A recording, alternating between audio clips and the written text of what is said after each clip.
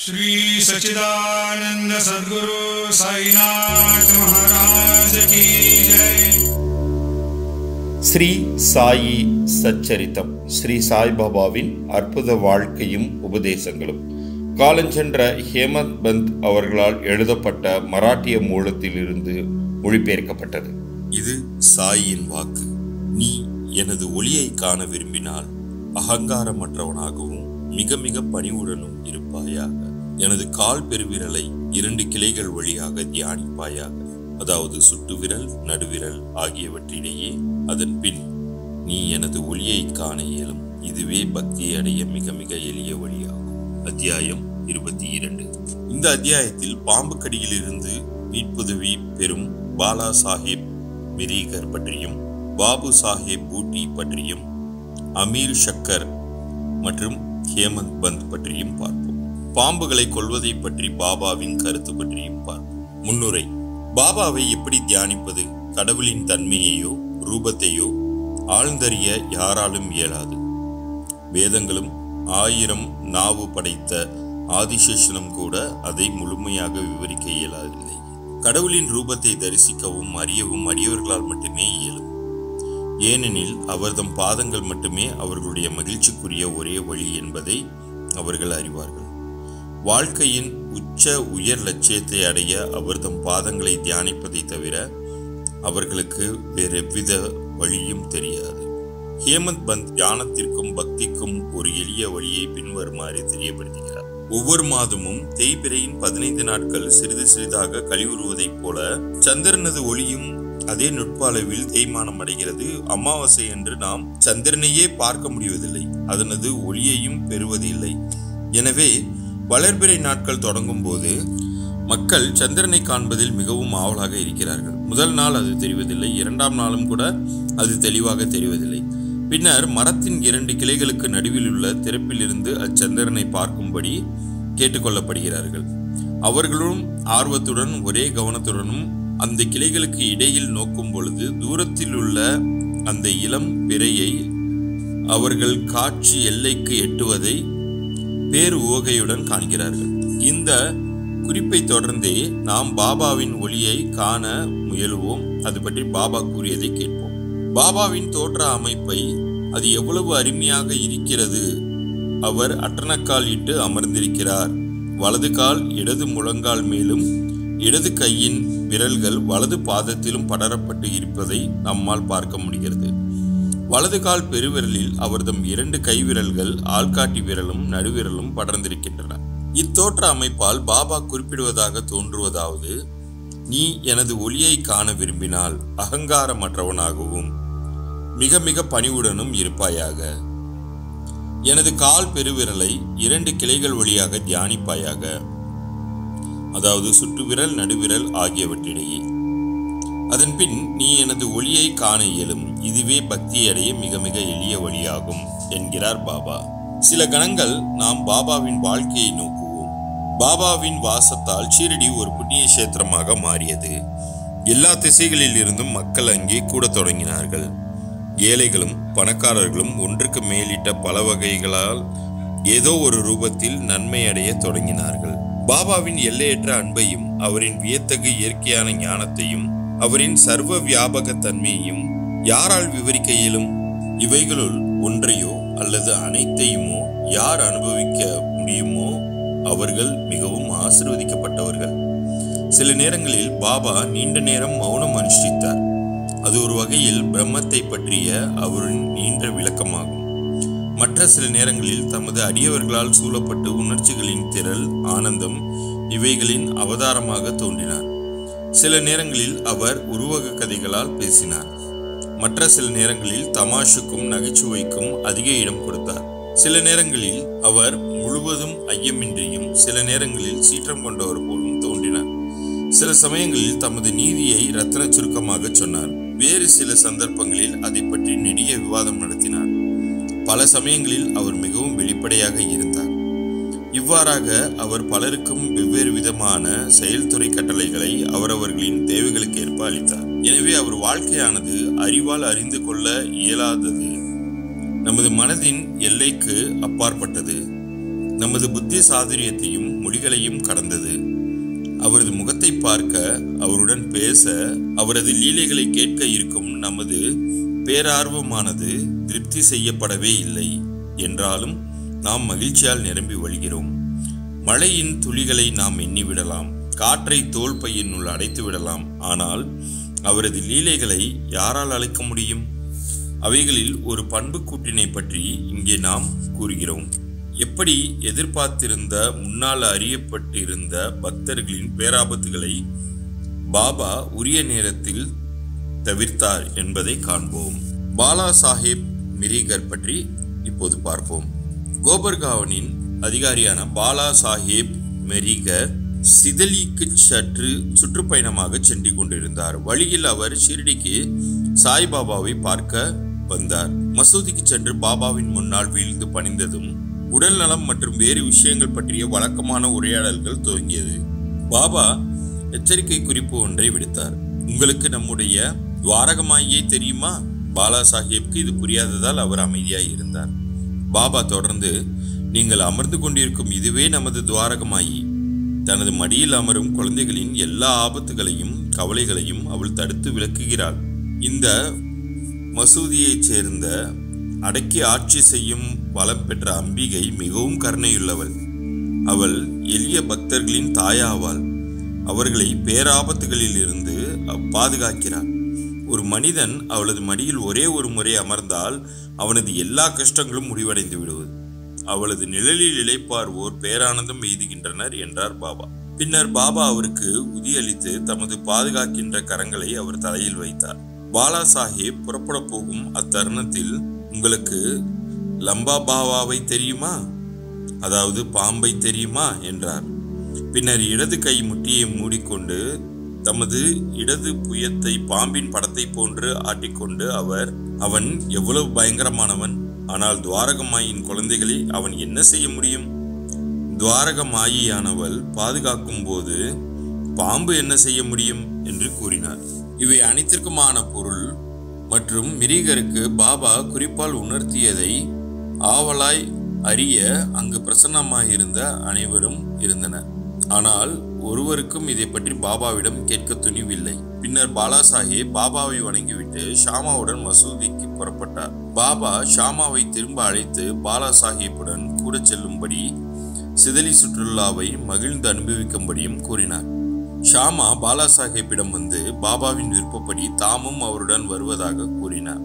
அது அசௌகரியமானதாய் இருக்கும், ஆதலால் அவர் வரவேண்டியதில்லை என்று பாபா சாஹேப் கூறினார். ஷாமா பாபாவிடம் திரும்பி வந்து பாலா சாஹேப் தம்மிடம் கூறியதை தெரிவித்தார். அப்போது பாபா, நன்று, போகாதே, நாம் நல்லவற்றையே தெரிவிக்க வேண்டும், நன்மையே செய்ய வேண்டும். ஆனால் விதிக்கப்பட்டிருக்கிறது எதுவோ அதுவே நிச்சயம் நடந்தேறும் என்று கூறினார். இதற்கிடையில் பாலா சாஹேப் இதை பற்றி மீண்டும் சிந்தித்து ஷாமாவை கூப்பிட்டு தன்னுடன் வரச் சொன்னார். பின்னர் ஷாமா மீண்டும் பாபாவிடம் சென்று அவரிடம் விடை பெற்றுக் கொண்டு பாலா சாஹேப்புடன் ஒரு குதிரை வண்டியில் புறப்பட்டார். அவர்கள் சிதலிக்கு இரவு 9 மணிக்கு போய் சேர்ந்தார்கள். மாருதி கோவிலில் தங்கினார்கள். அலுவலகத்தைச் சேர்ந்தவர்கள் வரவில்லையாதலால் அவர்கள் கோவிலிலேயே பேசிக்கொண்டும் அரட்டையடித்துக் கொண்டும் அமர்ந்திருந்தனர். பாலா சாஹேப் பாயின் மீது அமர்ந்து செய்தித்தாள் படித்துக் கொண்டிருந்தார். அவரது மேல் வேட்டி இடுப்பின் மீது போடப்பட்டிருந்தது. அதன் ஒரு பகுதியில் ஒரு பாம்பு கவனிக்கப்படாமல் அமர்ந்து கொண்டிருந்தது. அது ஒரு சலசல சத்தத்துடன் நகர்ந்தது. அது நகர்ந்ததை பியூனும் கேட்டார். அவன் ஒரு விளக்கு கொண்டு வந்து பாம்பை பார்த்துவிட்டு பாம்பு பாம்பு என்று அபய குரல் எழுப்பினான். பாலா சாஹேப் திகிலடைந்து நடுங்க தொடங்கினார். ஷாமாவும் திகைத்தார். பின்னர் அவரும் மற்றவர்களும் சந்தடி செய்யாமல் தடிகளையும் குச்சிகளையும் எடுத்து வந்தனர். பாம்பு மெதுவாக இடுப்பை விட்டு கீழிறங்கி பாலா சாஹேப்பை விட்டு விலகிச் செல்ல தொடங்கியது. அது உடனே கொல்லவும் பட்டது. இவ்விதமாக பாபாவின் தீர்க்க தரிசனத்தால் அறிவித்திருந்த பேராபத்து தடுக்கப்பட்டது. பாலா சாஹேப்புக்கு பாபாவிடம் உள்ள அன்பு மிகவும் ஆழமாக இருக்கிறது என்பது உறுதிப்படுத்தப்பட்டது. அடுத்ததாக பாபு சாஹேப் பூட்டி அவர்களை பற்றி பார்ப்போம். நானா சாஹேப் டேங்லே என்னும் பெரிய ஜோசியர் ஒருவர் அப்போது ஷீரடியில் இருந்த பாபு சாஹேப் பூட்டியிடம் ஒரு நாள், இந்த நாள் தங்களுக்கு ஒரு அமங்கலமான நாள், தங்களது உயிருக்கு ஆபத்து இருக்கிறது என்று கூறினார். இது பாபு சாஹேப்பை ஈர்ப்பு கொள்ளாமல் செய்தது. அவர் வழக்கம் போல் மசூதிக்கு வந்தபோது பாபு சாஹேப்பிடம், இந்த நானா என்ன கூறுகிறார்? அவர் உமக்கு மரணம் என்று ஜோசியம் கூறுகிறார். நல்லது, நீங்கள் பயப்பட வேண்டியதில்லை. அவரிடம் தைரியத்துடன் சொல்லுங்கள், எப்படி சாவு கொள்கிறது என்பதை காண்போம் என்று கூறுங்கள் என்று கூறினார். பாபு சாஹேப் பிறகு மாலை நேரத்தில் இயற்கை கடன்களை செய்து முடிப்பதற்காக தன் இடத்திற்கு சென்றார். அங்கு ஒரு பாம்பை கண்டார். அவரது சேவகன் அதை கண்டு அதை அடிப்பதற்காக ஒரு கல்லை எடுத்தான். பாபு சாஹேப் ஒரு பெரிய தடியை எடுத்து வரும்படி கூறினார். வேலையால் தடியுடன் வரும் முன்பே பாம்பு நகர்ந்து சென்று எங்கோ மறைந்துவிட்டது. பாபாவின் அஞ்ச வேண்டாம் என்ற மொழிகளை பாபு சாஹேப் மகிழ்வுடன் நினைவு கூர்ந்தார். அடுத்ததாக அமீர் ஷக்கர் பற்றி அறிவோம். அமீர் ஷக்கரின் சொந்த ஊர் கோபர்காவன் தாலுகாவைச் சேர்ந்த கொரலா என்னும் கிராமமாகும். அவர் இறைச்சி விற்கும் ஜாதியைச் சேர்ந்தவர். அவர் பாந்திராவில் கமிஷன் ஏஜென்ட்டாக வேலை பார்த்தார். அங்கு மிகவும் பிரசித்தமானவர். அவர் ஒரு முறை கீழ்வாதத்தால் கஷ்டப்பட்டார். அது அவருக்கு மிகுந்த கவலையை அளித்தது. அப்போது அவர் கடவுளை நினைவு கூர்ந்தார். தனது தொழிலை விட்டுவிட்டு ஷிரடிக்கு வந்து தனது பணியில் இருந்து தன்னை விடுவிக்கும்படி பாபாவை வேண்டிக் கொண்டார். பாபா அவருக்கு சாவடியில் தங்க இடம் அமர்த்தி கொடுத்தார். சாவடி ஈரம் நிரம்பியதாகவும் சுகாதாரமற்ற இடமாகவும் அத்தகைய நோயாளி தங்குவதற்கு ஏற்றதா இல்லாமலும் இருந்தது. கிராமத்தில் உள்ள மற்ற எந்த இடமும் அல்லது கொரலா கிராமமே கூட அவர் தங்குவதற்கு இன்னும் நன்றாக இருந்திருக்கும். ஆனால் பாபாவின் மொழிகளே இதை தீர்மானிக்கின்ற காரணக்கூறு. அதுவே சிரேஷ்டமான மருந்தும் ஆகும். பாபா அவரை மசூதிக்கு வர அனுமதிக்கவில்லை. ஆனால் சாவடியிலேயே நிலைநிறுத்தி தங்க வைத்தார். அங்கே அவருக்கு பெரும் நன்மை விளைந்தது. பாபா சாவடி வழியாக ஒவ்வொரு நாள் காலையும் மாலையும் நடந்து சென்றார். ஒரு நாள் விட்டு ஒரு நாள் ஊர்வலமாக சென்று அங்கு துயில் எய்தினார். எனவே அமீர் பாபாவின் தொடர்பை மிகவும் எளிதாக அடுத்தடுத்து பெற்றார். அமீர் அங்கு 9 மாதங்கள் முழுமையாக தங்கியிருந்தார். பின்னர் எப்படியோ அவ்விடத்தில் அவருக்கு வெறுப்பு ஏற்பட்டது. எனவே ஒரு நாள் ஒருவரும் அறியாமல் அவ்விடத்தை விட்டு அகன்றார். கோபர்காவனுக்கு வந்து அங்கு தர்மசாலையில் தங்கினார். அப்போது முதுமையாக இறந்து கொண்டிருக்கும் ஃபக்கீர் ஒருவர் அவரிடம் தண்ணீர் கேட்டார். அமீர் அதை கொண்டு வந்து அவரிடம் கொடுத்தார். அவர் அதை அருந்திய உடனேயே மரணம் அடைந்தார். இதனால் அமீர் இக்கட்டான நிலையை அடைந்தார். அவர் சென்று அதிகாரிகளிடம் இதை பற்றி தெரிவிப்பார் என்றால் அவரே முதல் தகவல் அளித்தவராதலால் தகவலும் அவருடையது மட்டுமே ஆனதாலும் அது குறித்து அவர் சிறிதளவாவது அறிந்திருப்பார் என்பதால் அவரே மரணத்திற்கு பொறுப்பாகி விடுவார் என்று மற்றவர்கள் நினைப்பார்கள். பாபாவிடம் விடை பெற்றுக் கொள்ளாமல் ஷிரடியை விட்டு வந்ததை பற்றி தமது செய்கைக்காக அவர் மனம் இறங்கி அல்லது மனம் வருத்தமுற்று பாபாவை வேண்டிக் கொண்டார். அவர் பின்னர் ஷிரடிக்கு திரும்ப தீர்மானித்தார். அதே இரவு வழிநெடுக பாபாவின் பெயரை நினைவு கூர்ந்து கொண்டும் உச்சரித்து கொண்டும் பொழுது விழுவதற்குள் ஷிரடி திரும்ப ஓடி வந்து விட்டார். கவலையிலிருந்து விடுபட்டவரானார். பாபாவின் பரிபூர்ண விருப்பத்திற்கும் ஆணைகளுக்கும் இணங்க சாவடியிலேயே தங்கியிருந்தார். குணப்படுத்தவும் பட்டார். ஒரு நாள் நள்ளிரவு பாபா, ஓ அப்துல், ஏதோ ஒரு பிசாசு ஜந்து என் படுக்கையின் பக்கங்களில் மோதிக்கொண்டு இருக்கிறது என்று சொன்னார். அப்துல் விளக்குடன் வந்தான். பாபாவின் படுக்கையை சோதித்தான். ஆனால் அவன் ஒன்றையும் காணவில்லை. பாபா அவனை எல்லா இடங்களையும் கவனத்துடன் பார்க்கும்படி கூறி தனது சட்காவை தரையை நோக்கி அடிக்க தொடங்கினார். இந்த லீலையை கண்டு ஏதாவது பாம்பு அங்கே வந்திருப்பதாக பாபா சந்தேகப்பட்டிருக்க வேண்டும் என்று அமீர் நினைத்தார். நீண்ட நாள் பழக்கத்தின் காரணமாக பாபாவின் மொழிகளுக்கும் செயல்களுக்கும் அமீர் பொருள் தெரிந்து கொள்ள வல்லவராய் இருந்தார். பாபா அமீரின் மெத்தைக்கு அருகில் ஏதோ ஒன்று அசைந்து கொண்டிருப்பதை பார்த்தார். அப்துல்லை விளக்கு கொண்டு வரும்படி சொன்னார். அவன் அதை கொண்டு வந்ததும் அங்கு ஒரு பாம்பு தன் தலையை மேலும் கீழுமாக அசைத்து கொண்டு சுருட்டி கொண்டு கிடப்பதை கண்டான். அதன் பின்னர் பாம்பு உடனே அடித்துக் கொள்ளப்பட்டது.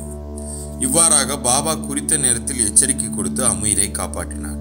ஹேமந்த் பந்த் பாபாவின் பரிந்துரை பேரில் காகா சாஹேப் தீக்ஷித் தினந்தோறும் ஏக்நாத் மகாராஜின் 2 நூல்களை பாராயணம் செய்து வந்தார். அதாவது பாகவதமும் பாவர்த்த ராமாயணமும் ஆகும். அவைகள் பாராயணம் செய்யப்படும் போது கேட்டுக்கொண்டிருந்த நல்ல அதிர்ஷ்டம் பெற்ற மக்களில் ஹேமந்த் பந்தும் ஒருவராவார். தமது தாயாரின் அறிவுரைப்படி ஹனுமான் ராமரின் பெருமையை சோதிக்கும் கட்டம் படிக்கப்பட்ட போது அனைவரும் மந்திரத்துக்கு கட்டுப்பட்டவர்கள் போன்று கேட்பதில் மூழ்கியிருந்தனர். ஹேமந்த் பந்தும் அவர்களுள் ஒருவர். அப்போது ஒரு பெரிய தேள், அது எங்கிருந்து வந்ததென்று யாரும் அறியவில்லை, ஹேமந்த் பந்தின் வலது தோள் மீது இருந்த துண்டின் மீது தாவியது. முதலில் அது கவனிக்கப்படவில்லை. ஆனால் கடவுள் தமது கதைகளை ஆர்வத்துடன் கேட்பவர்களை பாதுகாக்கிறார். எனவே ஹேமந்த் பந்த் தற்செயலாக திரும்பிய போது பெரிய தேளை தோள் மீது கண்டார். அது மரண அமைதியுடன் இருந்தது. இப்பக்கமோ அப்பக்கமோ சிறிதும் அசையவில்லை. அதுவும் பாராயணத்தை கேட்டு மகிழ்வது போன்றே தோன்றியது. பின்னர் ஹேமந்த் பந்த் கடவுள் அருளால் அவையோரை தொந்தரவு செய்யாமல் வேஷ்டியின் இரு முனைகளையும் எடுத்து தேலை உள்ளே மடித்து கொண்டார். பின்னர் வெளியே சென்று அதை தோட்டத்தில் எறிந்தார். மற்றும் ஒரு சந்தர்ப்பத்தின் போது ஒரு நாள் சிலர் காகா சாஹிப் வாதாவின் மாடியில் அந்தி சாய்வதற்கு சிறிதே முன்பாக உட்கார்ந்து கொண்டு இருந்தனர். அப்போது ஒரு பாம்பு ஜன்னல் நிலையிலுள்ள துவாரத்தின் வழியாக ஊர்ந்து வந்து சுருட்டி கொண்டு அமர்ந்தது. விளக்கு ஒன்று கொண்டு வரப்பட்டது. முதலில் அது மிரட்சி அடைந்த போதும் அமைதியாக அமர்ந்து தலையை மேலும் கீழும் அசைத்துக் கொண்டிருந்தது. பின்னர் பலர் கம்புகளுடனும் தடிகளுடனும் ஓடி வந்தனர். அது ஒரு இடக்குமடக்கான இடத்தில் அமர்ந்து கொண்டு இருந்தமையால் அது ஒரு அடியும் அதன் மீது படவில்லை. மனிதர்களின் சப்தங்களை கேட்டு பாம்பு தான் வந்த துவாரம் வழியாகவே விரைவாக திரும்பி சென்று விட்டது. பின்னர் அங்கிருந்த அனைவரும் கவலையை விடுத்தனர். பாபாவின் கருத்து. முக்தாராம் என்ற ஒரு பக்தர் அந்த வாயிலா ஜீவன் தப்பிச் சென்றது நல்லது என்று கூறினார். ஹேமந்த் பந்த் பாம்புகள் கொல்லப்படவே வேண்டும் என்று கூறி அவருக்கு சவால் விட்டார். முன்னவர் பாம்பு போன்ற ஜந்துக்கள் கொல்லப்படக்கூடாதென்றும் பின்னவர் கொல்லப்பட வேண்டும் என்றும் இருவருக்கும் இடையே சூடான விவாதம் நடந்தது. இரவு வந்ததும் விவாதம் எவ்வித முடிவுமின்றி முடிவடைந்தது. மறுநாள் இது பாபாவிடம் தெரிவிக்கப்பட்டது. பாபா தமது தீர்மானமான கருத்தை பின்வருமாறு தெரிவித்தார். தேளானாலும் பாம்பானாலும் கடவுள் எல்லா ஜீவராசிகளுக்குள்ளும் வசிக்கிறார். அவரே இவ்வுலகில் மிகப்பெரிய பொம்மலாட்டக்காரர். அனைத்து ஜீவராசிகளும் அவரின் ஆணைக்கு கீழ்ப்படுகின்றன. அவர் நினைத்தாலுடைய யாரும் எதுவும் பிறருக்கு தீங்கு செய்துவிட முடியாது. உலகம் அவரையே முழுவதும் சார்ந்திருக்கிறது. எவருமோ எதுவுமோ சுதந்திரமானவர்கள் அல்ல. எனவே நாம் கருணை கூர்ந்து எல்லா ஜீவராசிகளையும் நேசிக்க வேண்டும். துணிச்சல், வீரமுள்ள கொலைகளையும் சண்டைகளையும் விடுத்து பொறுமையாய் இருக்க வேண்டும். கடவுளே அனைவரின் பாதுகாப்பாளர் என்றார் பாபா. ஸ்ரீ சாயை பணிக. அனைவருக்கும் சாந்தி நிலவட்டும். அத்தியாயம் 22 நிறைவு.